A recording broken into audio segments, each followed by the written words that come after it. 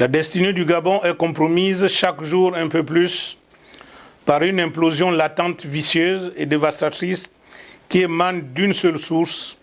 la malgouvernance et l'état de non-droit endémique. La capacité de résilience et l'espoir en un avenir plus radieux ont fait place à la banalisation de la souffrance, de la misère, du cynisme, de l'injustice, de l'avilissement, résultat d'une absence de gouvernail humaniste et républicain dans toutes les actions menées par les gouvernants. Le premier baromètre en est la gestion éhontée de la Covid-19. En effet, mythomanie et incurie riment avec le copil coronavirus. Par la falsification des chiffres sur l'évolution de la pandémie. Le fait d'annoncer le 3 juillet dernier que le laboratoire de tests professeur Gaouma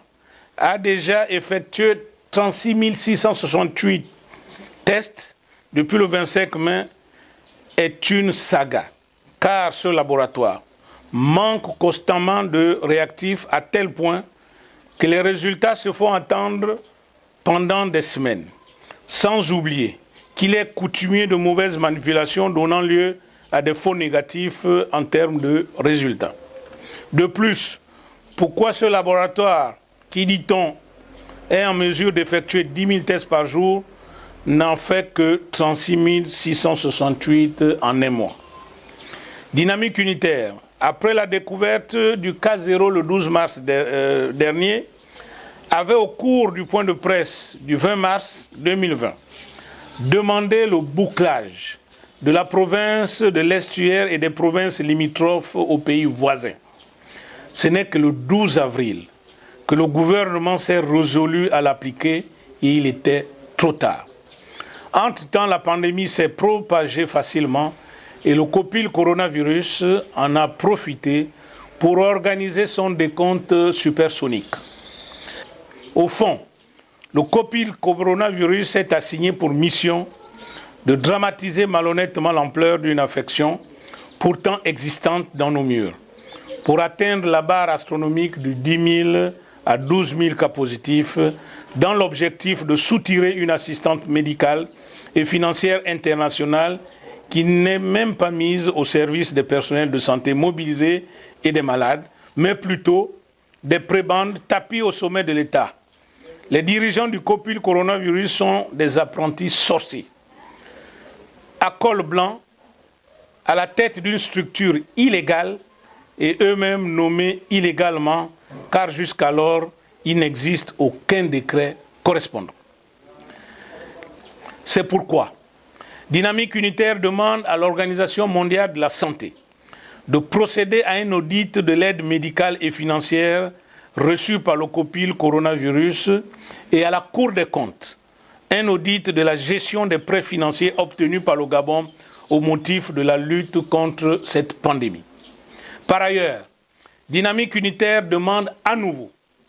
le retrait des restrictions pour circuler librement sur toute l'étendue du territoire,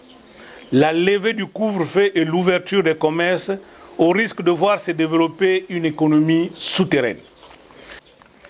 Le second baromètre, qui révèle l'implosion du Gabon, se rapporte à un fait de société qui occupe l'actualité, la dépénalisation de l'homosexualité, dans le cadre de la réforme du code pénal. Où sont la pertinence et l'urgence existentielle d'une telle réforme à un moment où la population a surtout besoin de pain, de travail et s'étouffe du confinement et du couvre-feu?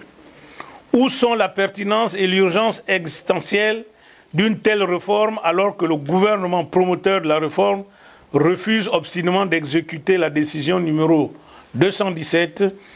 du 30 octobre 2018 de la Cour constitutionnelle qui annule les mesures d'austérité jusque-là appliquées illégalement?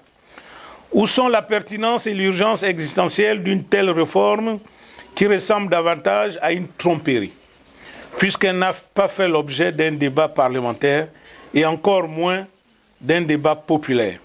Quelle est la légitimité d'une telle réforme qui a violé le règlement intérieur de l'Assemblée nationale et du Sénat, puisque l'exposé des motifs de cette réforme n'a pas été préalablement envoyé au Parlement. De ce constat, le processus de dépénalisation de l'homosexualité relève donc du grand banditisme et de l'escroquerie politicien, et pas de l'expression d'un humanisme républicain. Intrinsèquement, ce processus est tout simplement l'expression d'une absence d'état de droit et de démocratie parlementaire, car ses promoteurs sont les plus grands intolérants, pourfendeurs de la dignité humaine et de la justice et fossoyeurs des finances publiques et des libertés fondamentales, à l'instar des libertés syndicales. Le cas de l'arrestation et de la garde à vue de Didier Atom-Biban, président du syndicat national des professionnels des eaux et forêts, du 7 au 9 juillet, dont le crime est d'avoir dénoncé les rétrocommissions, la corruption et les rapports incestueux entre l'administration des eaux et forêts et les exploitants forestiers, en est une parfaite illustration. Conscient que les confessions religieuses, les sociétés traditionnelles, ainsi que la société civile, sont traversées par des courants contradictoires, étant donné que l'esprit de division trouve refuge partout, l'unité ne sera pas facile, mais possible, entre ceux qui partagent les mêmes convictions. Pour amorcer cet élan d'unité, dynamique unitaire, soutient l'appel des églises pour l'ouverture des lieux de culte à partir du dimanche 12 juillet 2020. Au nom de la liberté de culte garantie par la Constitution de la République gabonaise et de la Déclaration universelle des droits de l'homme, que le gouvernement bafoue et demande de ce fait à tous les travailleurs, croyants, d'inonder de leur présence ces lieux de culte. Néanmoins, Dynamique unitaire appelle vigoureusement à une grande vigilance, car la dépénalisation de l'homosexualité est surtout un leurre